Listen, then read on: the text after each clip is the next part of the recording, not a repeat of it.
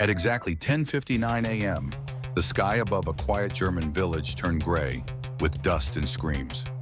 Within seconds, a bridge collapsed, a train shattered, and 101 lives were lost. It wasn't an act of terror. It wasn't a storm.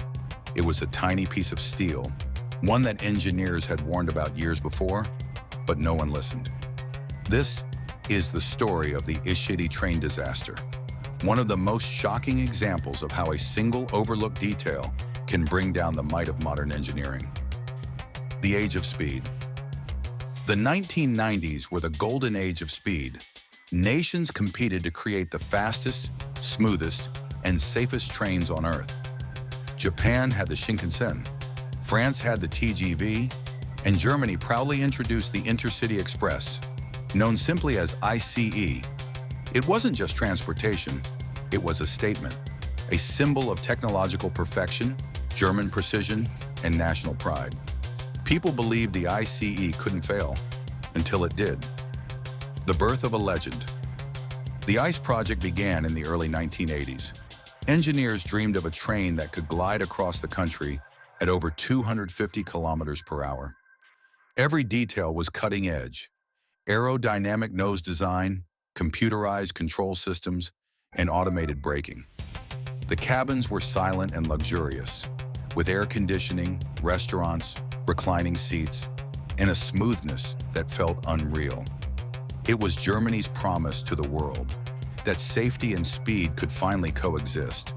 But underneath that promise, hidden deep in the mechanical heart of the train, lay a flaw, invisible but waiting. The problem beneath the rails. In the beginning, ICE trains used monoblock wheels, forged from a single block of steel, simple, solid, reliable. But soon after the first year of service, passengers began complaining. The trains, they said, were noisy. At high speeds, the vibrations made the ride uncomfortable. Engineers tested the wheels and found slight imbalance, microscopic wear that created a rhythmic shaking. To fix it, they looked for inspiration from city trams. Trams use something called resilient wheels, a two-layer design with a rubber ring between metal parts, designed to absorb vibrations and noise. It was a clever idea, and it worked perfectly for trams. But trams move at 30 kilometers per hour. The ICE moved at 250. Still, in 1992, Deutsche Bahn, the German railway company, approved resilient wheels for all ICE trains, without long-term stress testing. The ignored warnings. By 1997, warning signs started to appear. In Hanover, engineers inspecting trams with similar wheels found cracks in the rubber layer. They immediately reported it to the German rail authorities. Their conclusion was clear. Under high stress and temperature, these wheels can split apart. But Deutsche Bahn officials were confident. The ICE, they said, was built stronger than any tram. Besides, there had been no failures so far. One inspector later said, "We saw the danger coming, but they told us not to worry. The system would alert them before anything serious happened." The system did alert them, but they turned it off. The morning of June 3rd, 1998. It was a warm Wednesday morning in northern Germany. Train ICE 884. Wilhelm Conrad Röntgen left Munich, bound for Hamburg. Inside were 287 passengers and 8 crew members. Families, students, business travelers. Among them, a 34-year-old man named Georg Dittmann. He sat with his wife and child in the third car, enjoying the smooth ride. At 10:55 a.m., the train approached the small village of Ishidi at full speed, 200 kilometers per hour. Everything seemed perfect, until the floor beneath Dittmann's feet suddenly jolted.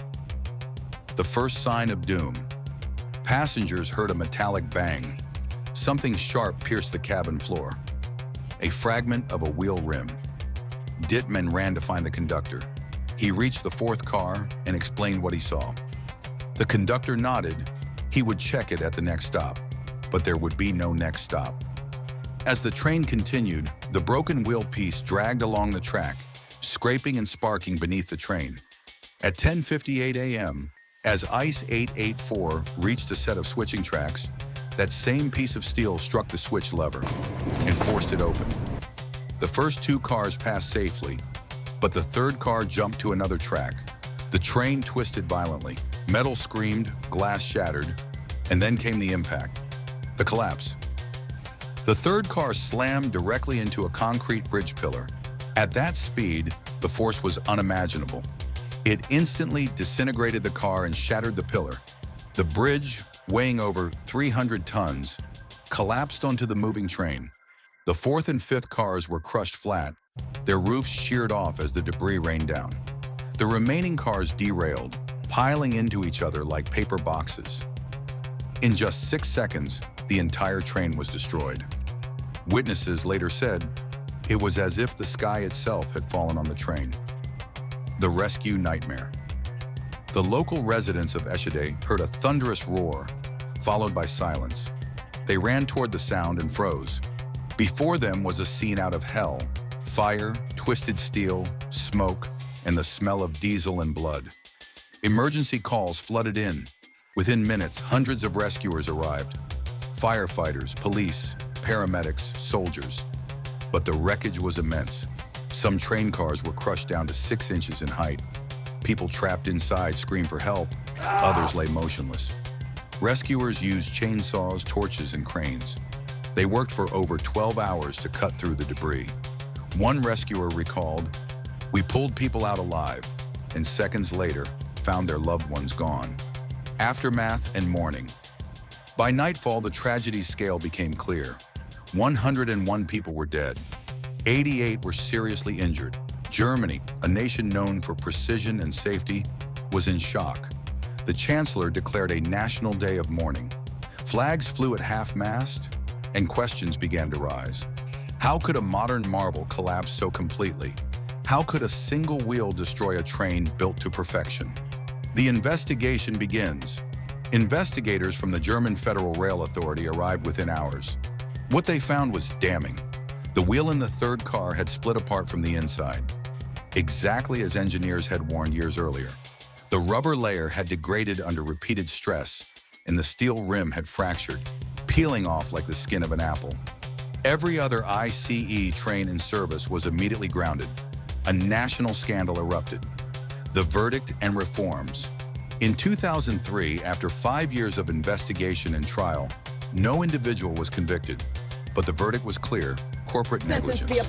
Deutsche Bahn paid millions in compensation, and every ICE train was refitted with monoblock steel wheels. Bridges near railway switches were redesigned, inspection technology was upgraded, and automated alarms could no longer be disabled by human choice. The lesson that remains today: the Eshide disaster is taught in the engineering schools across the world as a reminder that safety is never optional. A single flaw, hidden beneath perfection, can erase 100 lives in seconds. Machines don't fail, people do. And that is the legacy of June 3rd, 1998, the day the train fell from the sky. If you found this story powerful, share it, because remembering is the only way to make sure it never happens again.